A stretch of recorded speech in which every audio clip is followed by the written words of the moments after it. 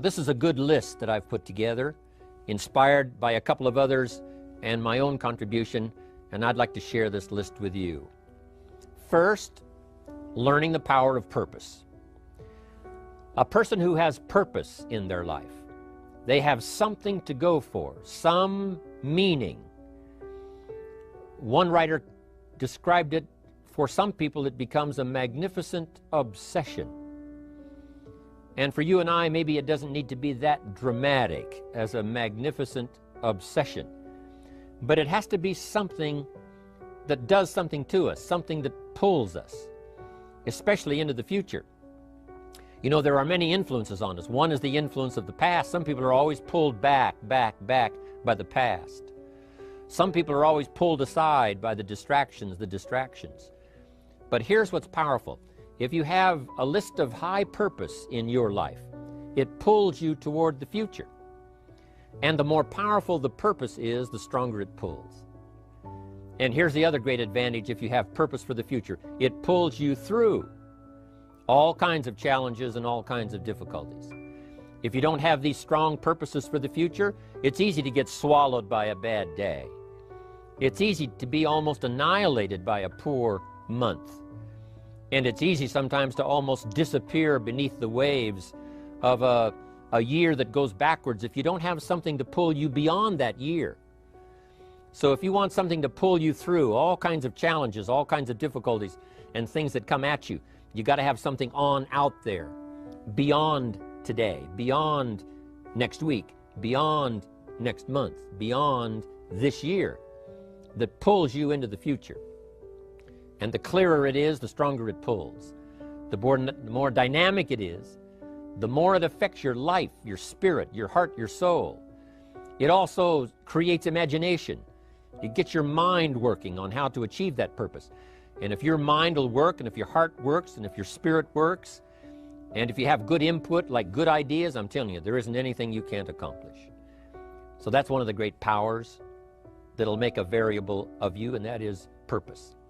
Here's the next one, self-confidence. Where does self-confidence come from? And this is the best advice I can give you on that. Not neglecting, first of all, the small daily disciplines. Self-confidence really comes from feeling good about yourself. And one of the best ways to feel good about yourself is at the end of the day to know that you poured it on. You did your best. If you conducted a meeting, you did the best you could. If you made a phone call, it was the best phone call you could possibly make. If you wrote a letter, it wasn't a casual letter, it was your best letter. At the end of those kind of days, when you feel good about yourself, self-confidence starts to rise. You know that if you can have this kind of a good day, you can have another one the next day, and those days become the weeks become the months, and the month becomes a powerful year. Self-confidence comes from the lack of neglect. If you will not neglect to do the small daily disciplines, that's where self-confidence comes from. Part of good health is self-confidence. I know I'm going to be healthy. I take the Herbalife products. I eat the apple a day. I walk around the block. I do the jogging on the beach. At the end of the day, when you've really poured it on and you've done all the stuff, self-confidence grows. That self-confidence affects your health. It affects your future. It affects your psyche. So this is true. One of the great powers is self-confidence. Self-confidence means willingness to do whatever it takes to achieve. Some people say, well, I'll do it for a little while and see what happens. You know, I'll try a couple of things. If that doesn't work, I'm out of here. And all of us know that that kind of person doesn't have much of a future. But if you're willing to do whatever it takes, if I have to learn a couple of things, I will learn those things. If I got to learn 5 or 6 things, I'll learn all 6. If I have to take an extra class, I'll take an extra class. If I've got to read the books, I'll read the books. If I have to consult with people who know more than I know, I will do the necessary consulting. Whatever it takes, I will do. That starts to develop unbelievable self-confidence. Self-confidence also comes from the ability to rise above your circumstances, to rise above what happens, the petty little things, the discouraging things that would sink everyone else's ship except yours, that would cause someone else to quit early in the day, but you keep going. that kind of willingness to overcome all circumstances, whether it's the little challenges or the big challenges. If you're willing to do that, I promise you, this kind of power will work for you, and in you, the variable, it'll make a difference. The third on the list I had was enthusiasm. And here's what I wrote about enthusiasm. Enthusiasm that's powerful is mostly enthusiasm that is enthusiasm inside, 90%, 10% outside. We all know what the enthusiasm is like when somebody lets us see their enthusiasm, which is like the 90%, and only 10% of it is inside. But the enthusiasm that really affects people is not just being loud, but the enthusiasm that runs deep, the enthusiasm that comes from deep inside, created by self-confidence, created by purpose, created by genuine willingness to help other people. That kind of enthusiasm, knowing that you're going to get the job done, knowing you're going to affect people, knowing you're going to have testimonials flowing in from all kinds of directions. That kind of enthusiasm. A lot of it is quiet. A lot of it is unheard. And the 10% that's heard, it rings a bell. People call it genuine enthusiasm because they know that what you say in the outward display of your enthusiasm is only a small tip of the iceberg of the enthusiasm you feel inside that really motivates you to do the best job you can. Next on my list to help you become the powerful variable is expertise. Wanting to excel in all of the skills and settling for nothing less than an outstanding performance. If you're willing to be the best in your field, if you're willing to demand of yourself excellence in skills, to be the best that you can possibly be. In the training, do the best you possibly can. In doing a workshop, do the best you possibly can. Developing the skills of using your personality, developing the skills of language, developing the skills of influence, developing the skills of organizing. If you're willing to be an expert in all of the skills, Herbalife has the way for you to invest those skills and not only make a handsome living, not only make a lot of money, but if you would so desire and if it would be your purpose, a chance to make your fortune. Expertise, excellence in skills. Here was the next one on my list, making a powerful contribution to you, the variable, and that is preparation. Well prepared. And preparation, of course, involves a whole lot of things. A big share of our life is preparing, getting ready. When we go to the first grade in school, we're just preparing for the second grade. After we've finished 2 grades, the 2 grades prepare us for number 3. Sometimes it seems like a long, excruciating time.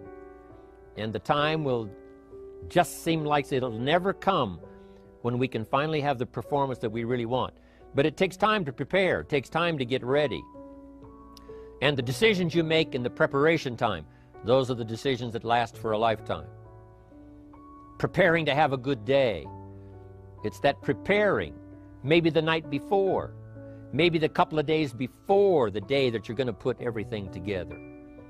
The preparation for a meeting means that you've taken it serious. The preparation for doing a workshop means you're serious about the workshop. You want to make the best contribution. That kind of preparation is important. But here's preparation that's very vital, and that is to prepare yourself for success. Life seemingly does not wish to waste success on the unprepared. Life says, why waste a fortune on this person? They're not prepared to do the right things with it. They're not prepared to use it wisely. If a fortune was bestowed upon this unprepared person, it would probably be wasted. The people that could have been touched won't be touched. What could have been done won't be done because this fortune will have been wasted on the unprepared person. So not only look for fortune, not only look for the promise, but prepare yourself and ask of yourself, what can I do to make myself ready? Because remember, life was designed not to give us what we want, not to give us what we need, but life was designed to give us what we deserve. Every value in life must be paid for, and those that pay are the ones that get it. It says those that give receive. Someone says, I wish to receive, I wish to receive. You don't have to concentrate on receiving. Just become a good giver. It says those that search will find. Someone says, well, I need to find some good ideas to help change my life for the future. Then to find good ideas, that doesn't come because you need them. It comes because you search for them. If you want good ideas, you got to go after them. You got to go to the class, you got to go to the workshop, you got to go to the training, go to the book, right? You got to go to the journal, right? Go where good ideas are being taught, go searching, go looking, because good ideas are not going to be wasted on those that are not seeking, searching, well prepared. So, prepare yourself to be ready for fortune when it comes, to be ready for challenge when it comes, to be ready for opportunity when it comes. Opportunity comes along and passes by the person that is not well prepared. I want to prepare myself this year for next year. Yes, I wish to be effective this year, but I'm also thinking of ways, how could I be better? How could my ideas be more powerful? How could they be sharper, more clear? How could I reach some people next year that I perhaps can't reach this year? I haven't reached deep enough into my own soul to affect some people. Some people just pass by and say, hey, what a good speech. But how could I make it stronger than that, deeper than that, more powerful than that? I cannot be as powerful as I could be next year. You know, you can't go to the 10th grade in the 5th grade. You just got to go through the grades. But the more you are prepared, when the 10th grade finally comes, now you can cash in and get 2 times, 3 times, 5 times more value from it by being prepared.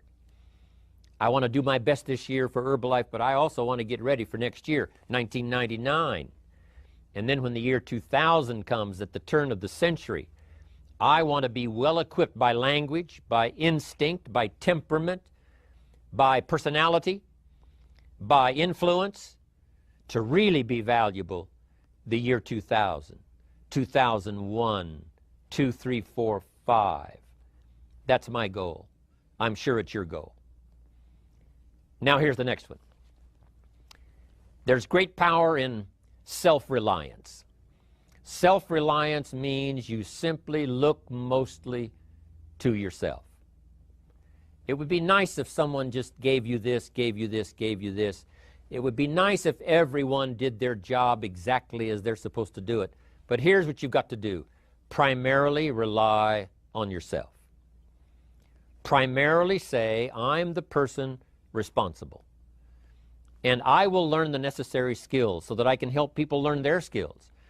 If I need lots of people to do certain things to build my organization, that is what I must have. But I've got to be the final backstop. I've got to be the final one that people can rely on.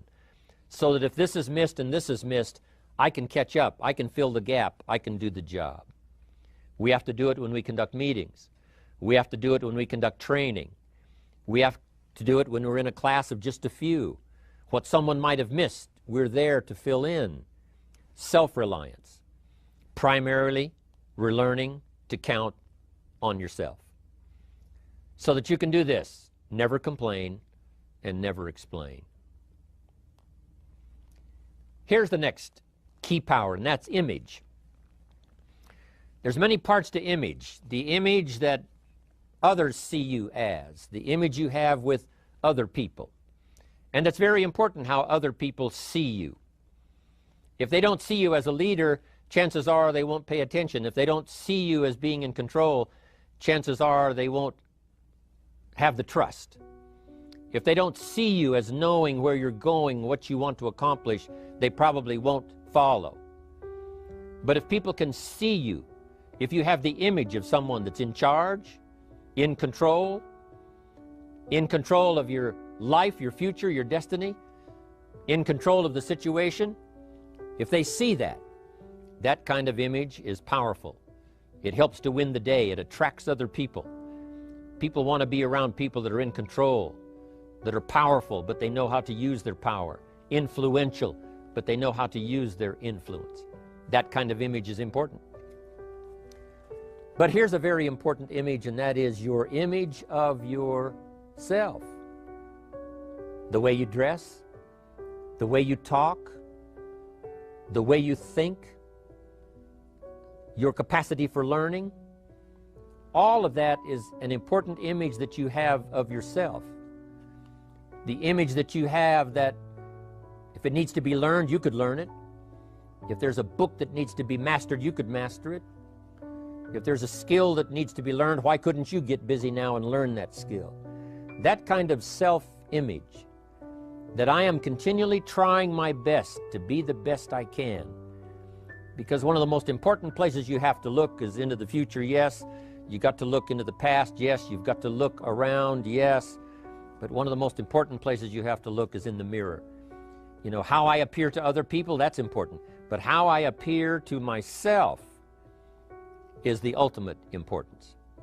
That kind of image, to where you'll develop the self-confidence, you'll develop the self-reliance. Now here's another one in my rather short list. The next word is character.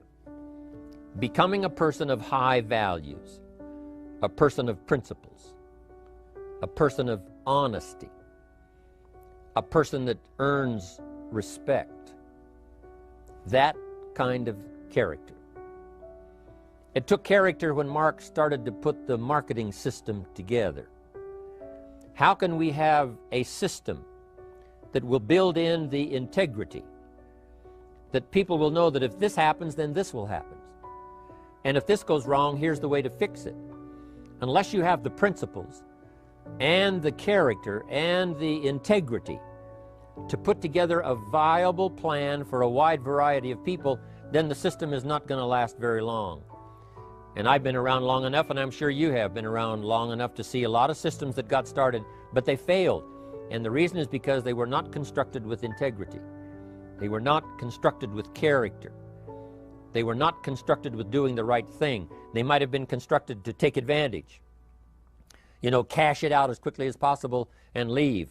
Mark was involved when others took advantage of him all those years ago before Herbalife. When someone took advantage and didn't have the character, didn't have the principles, and didn't have the character to stay, the character to see it through, the character to do the right thing. So this is important, to develop the character within yourself, that people see you as honest, as fair, willing to do the right thing, willing to be helpful, but always willing to walk the center line, not to pass the line. When we come to an opportunity like Herbalife, especially multi-level network marketing, it is so dynamic, it is so powerful, and it is so possible in fortune making that sometimes people want to speed up the process by cutting the corners, by neglecting to do the right things, you know, to cheat a little here, you know, cross the line just a little bit, because then, you know, it'll grow faster and you can cash in quicker. Not necessary here. Doing Herbalife right will build your fortune longer and stronger than trying to cut the corners and not doing it right. If we'll have the integrity that Mark had when he started it, and keep perpetuating that we will do the right thing by the marketing system, the right thing by a distributor who has a customer and they take care of that customer belongs to that distributor. That kind of integrity in the marketing system, the kind of integrity we have among each other, the kind of character we have to rely on each other, because here's what we cannot do. We cannot do this by ourselves. Mark's got to count on me. I've got to count on Mark. We've got to count on the president's team. The president's team has to count on the chairman's club for advice and counsel. We have to count on the millionaire team, the tabulator team, the world team. We've got to count on the distributor. We've got to count on the distributor giving the right message to the potential customer. We've got to count on the distributor giving wise counsel to the new recruit, teaching them the right way, the Herbalife way, the principled way, the character way. Vitally important. Building and developing your own character. Now here's another one. It's called self-discipline. Self-discipline, all of us have a challenge with that. Because sometimes it's easy, and especially if you're working hard, doing the best you can, it's easy sometimes to let up and let it go. But remember, So many people, especially now that we're as big as we are around the world, are counting on what we do. At home office, they have to be careful. They have to be disciplined. It's easy for the person who ships the product from Herbalife says, oh, well, I'll wait until tomorrow to ship it. And then they go home and sleep like a baby. But the distributor who's waiting for that product doesn't sleep that night, or doesn't sleep when the product doesn't show on time. But if everybody will have the discipline to say, I will do the best job I can. I will make mistakes, of course, because we're all human, but I'll try to remedy those mistakes and do the best job I can.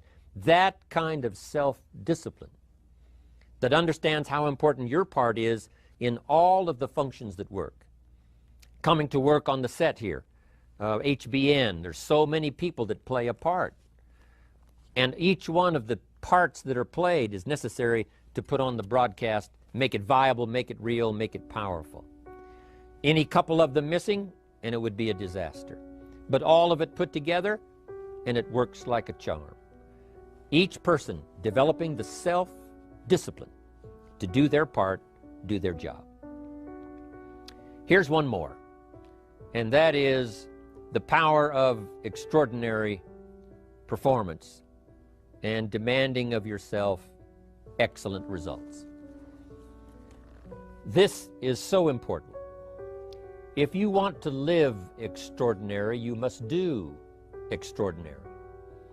If you want an extraordinary income, you must do extraordinary things. If you want an extraordinary fortune, you must go with the demands of what it takes to have that fortune. Mark has made such a fortune, it's almost beyond comprehension what the numbers really are. But guess what he has the satisfaction of knowing? He earned it all. If he'd have been lax in the performance, Herbalife would not be here these 18 years later. Herbalife would have been a footnote in multi-level history. But because he performed year after year, the 3rd year and the 5th year, and the 7th year and the 10th year, and the 12th year and the 15th year, and now performing well in the 18th year, I'm telling you, that's what makes it such a viable fortune for Mark personally, of course, because he did the job. If we would ask of ourselves that kind of performance, and you've got to ask it of yourself. You know, I can't ask it of you. I would try to inspire you. I would try my best to share with you what it might taste like, what it's like to finally make your fortune. It happened for me. But here's what you must do. You must demand it of yourself. Society does not demand that you not have a heart attack. But if you want to escape having a heart attack, you must demand it of yourself. Society doesn't demand that you take Herbalife and improve your health. You have to demand it of yourself. Society doesn't demand that you jog around the block every morning. But if you want good health, you must demand it of yourself. Society doesn't demand that you read a couple of books a week and improve your intelligence and your knowledge. That you must demand of yourself. Society does not demand that you build a financial wall around your family nothing can get through. That's not a demand of society. But you must demand it, if you wish it, you must demand it of yourself. Society doesn't demand that you learn a list of 10 skills in order to ensure your own future and the future of your family. Society doesn't demand it, doesn't require it. It is not a law. But if you want the benefit, you must demand it of yourself.